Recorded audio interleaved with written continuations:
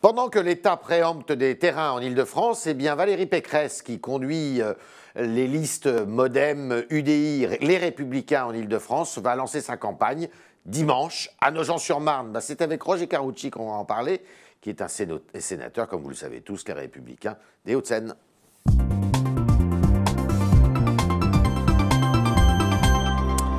Roger Karoutchi, bonjour. Bonjour. Alors, c'est pas si fréquent quand même. Le ministre de la Ville, M. Patrick Kanner, a pris sa voiture, convoi peut-être ministériel, et hop, direction Ormesson, dans cette ville donc, du Val-de-Marne, pour dire, moi je préempte ces terrains et tout. Vous, comment vous réagissez à ces méthodes?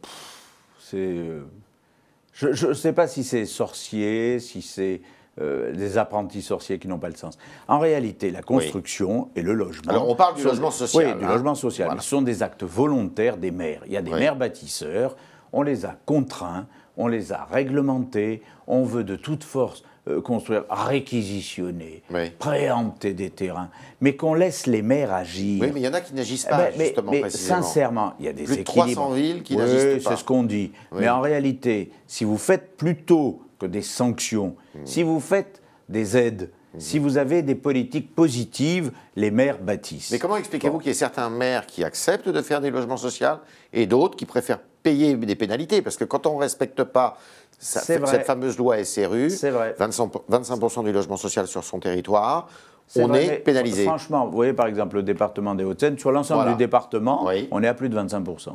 Bon, on est pratiquement à 30% de logements sociaux. Il y a des villes qui se comportent mieux que d'autres, peut-être. Mais oui, mais parce que l'histoire n'est pas la même. Quand vous avez des villes qui sont pavillonnaires, bien sûr que vous ne pouvez pas tout casser les pavillons. Par exemple, respecte la loi SRU. Non, mais et vous allez faire quoi? Construire dans le parc de Saint-Cloud? Il n'y a pas de terrain. À un moment, il faut qu'on ait une vision plus de bassin. C'est-à-dire, plutôt que de prendre une commune qui peut vous dire « moi, je n'ai pas de terrain, je ne veux pas détruire les zones pavillonnaires, ce que je fasse Mais prenons des zones de bassin, faisons une action positive. » Donc l'État, pour construire c'est pas une bonne méthode de la part de l'État? Non, réquisitionner, préempter, ça n'a jamais été une bonne méthode. Roger Karoutchi, dimanche, donc dans 2 jours, serez-vous à Nogent-sur-Marne pour le lancement de la campagne des régionales de Mme Pécresse? J'étais déjà avec elle. C'était pas votre amie, Mme Pécresse, hein? Mais sans vous rappeler de mauvais souvenirs. Pour nos internautes, il faut dire que vous étiez en concurrence avec elle au précédent scrutin. C'est vrai, mais bon, elle a fait le job magnifiquement depuis plusieurs années.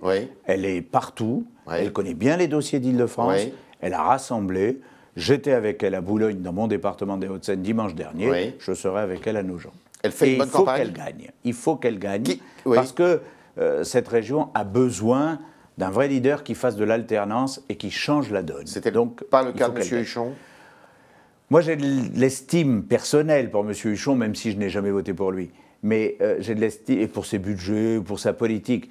Il avait une espèce de majorité disparate qui l'a conduit, à mon avis, dans des domaines où on n'aurait jamais dû aller. Lesquels? Donc, on a dispersé l'action régionale, trop d'actions internationales, d'associations, de subventions. Clientélisme, du clientélisme? Je ne sais pas si on peut dire clientélisme, c'est plutôt correspondre à des catégories. Alors qu'on aurait dû mettre le paquet sur les transports publics, sur l'éducation. Et ça, Valérie Pécresse y est fermement décidée, c'est bien. 4 individus vont être particulièrement scrutés dimanche. M. Sarkozy, vous bien sûr, mais M. Sarkozy, M. Le Maire, M. Juppé, M. Fillon. Quel signe ils veulent envoyer, puisque ce sont 4 candidats déclarés ou possibles à la primaire pour désigner le candidat? Moi, je pense qu'ils sont... Bon, c'est vrai, Nicolas Sarkozy dit il a raison. Attendez, laissez passer les régionales, qu'on gagne déjà les régions. Après, on verra les primaires. Bon, de fait, c'est comme ça. Ceux qui sont déjà déclarés sont en campagne permanente. On ne peut pas leur reprocher d'exister ou de dire leurs choses. C'est Fillon et Juppé.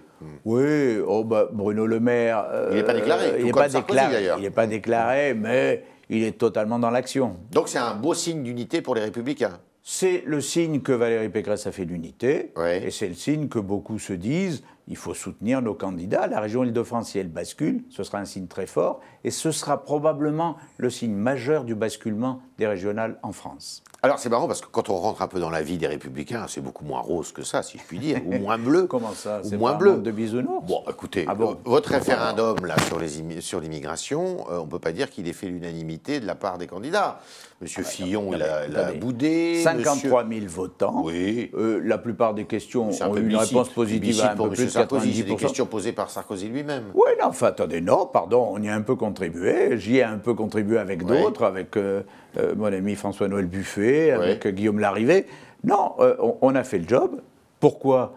Parce que c'est une vraie inquiétude pour les Français. Vous allez faire la même chose sur le Code du travail, d'ailleurs. Hein. Très bien, mais non, mais je veux dire, sur ce qui se passe sur les migrants, sur l'immigration, vous ne pensez pas qu'il y a une vraie inquiétude en France? Moi, les affirmations de M. Valls, qui les yeux dans les yeux dit aux Français 30 000 et pas un de plus ne sera accepté parmi les réfugiés, c'est du bidon. C'est du bidon. C'est faux et il le sait. Mais bien sûr, et on le dit depuis longtemps. Attendez, on est en train de constater que sur l'année 2015, il y aura à peu près 1 million d'entrées en Europe. Probablement 7 à 800 000 sur l'année 2016. On va m'expliquer que sur 1 800 000, l'Allemagne va en prendre 1 million et nous 30 000. Mais qui peut croire ça? Alors au moins qu'on ait le courage de dire, très bien, c'est une première tranche. Et il faudra en prendre encore. Et qu'on mette les moyens en face. Et qu'on nous explique pourquoi et quand on va refonder Schengen. Alors, mais le mensonge permanent, c'est comme l'inversion de la courbe du chômage, où tous ces gens, depuis 2 ans et demi, nous disent « mais ça va aller mieux demain, il fera très beau, Madame la Marquise ». Le ministère du Travail? Pour le moment, il sert plutôt de simple caissier, comptable, mais il n'a pas d'action réelle. D'accord. Néanmoins, on peut quand même se demander si ça ne va pas virer un peu au vinaigre, cette primaire-là. Quand on voit que M. Juppé il dit « mais moi, ce n'est pas l'assimilation, mais c'est l'intégration. Moi, je n'ai pas du tout envie de revenir sur le droit du sol. » Moi, je pense qu'il faut un socle, ce qui sera fait avant début la 2016. Primaire, ce socle? Oui, quand même. Attendez, on est un parti politique, on n'est pas devenu simplement des chapelles. Et vous croyez vraiment que chacun va s'y résoudre à ce socle? Alors, il y a un socle et à partir de là, chacun marquera ses différences, plus loin, moins loin, et chacun dira ce qu'il a à dire par rapport au socle d'ailleurs. Elle va se gagner où cette primaire? Elle va se gagner sur des positions franchement à droite, ou est-ce qu'il va falloir déjà être dans le rassemblement? L'ambiance du pays est plus à droite. À droite. Oui. Donc votre candidat favori? Je vais faire comme le dit Nicolas Sarkozy, je vais attendre les régionales. Voilà, bien sûr. J'attendrai que tous les candidats puisque vous l'avez cité, ça sera lui. Non, j'ai encore rien dit. Je veux ma marge de manœuvre. Et qui sait, moi aussi, je peux peut-être vouloir y aller. Non, je rassure, je suis conscient des réalités. Vous ne serez pas candidat. Non. Le nombre d'adhérents, semble-t-il, a diminué. Il n'y a pas eu d'effet Sarkozy avec les Républicains. Ça vous inquiète? Non, parce que moi qui ai longtemps géré les fédérations, je peux vous dire, il y a des périodes. Là, on sait qu'on va avoir les élections régionales en décembre et les élections internes au mouvement en janvier. Ça veut dire que vous allez avoir dans les 2-3 mois qui viennent beaucoup de renouvellement, beaucoup d'adhésions pour pouvoir voter, surtout pour les élections internes du mois de janvier.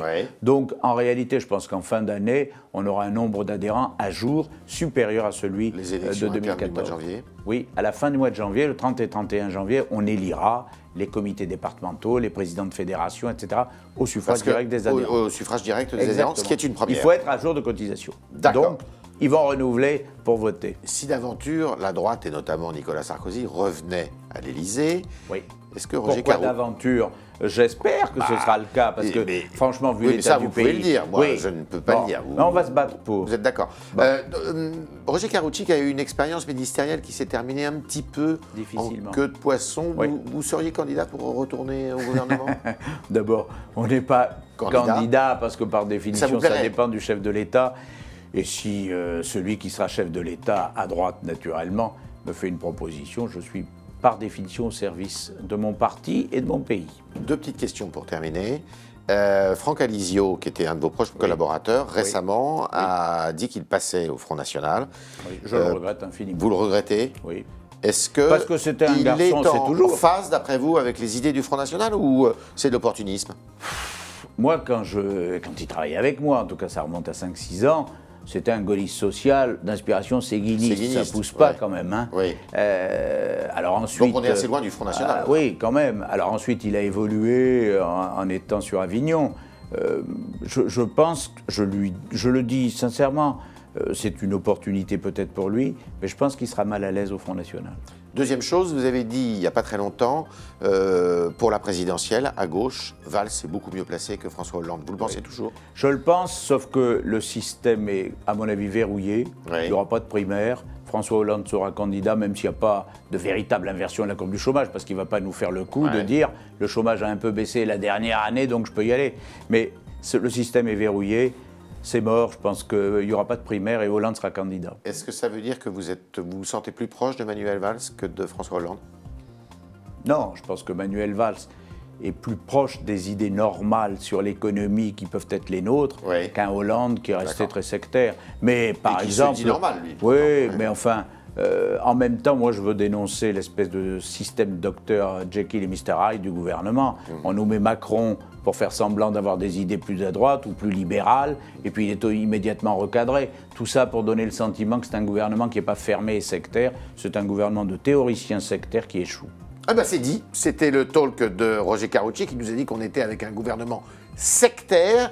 Quant à lui, eh bien, ça surprendra pas tellement. Il est plutôt derrière Nicolas Sarkozy pour cette primaire de l'année prochaine. Et en tous les cas, il est à 100%, peut-être plus d'ailleurs, derrière Valérie Pécresse, qui est la candidate des Républicains, du MoDem, de l'UDI, il faut le dire, parce que c'est quand même important pour les régionales de cette fin d'année, ce qui n'était peut-être pas évident, parce que Roger Carucci avait été un de ses concurrents à aux précédentes régionales.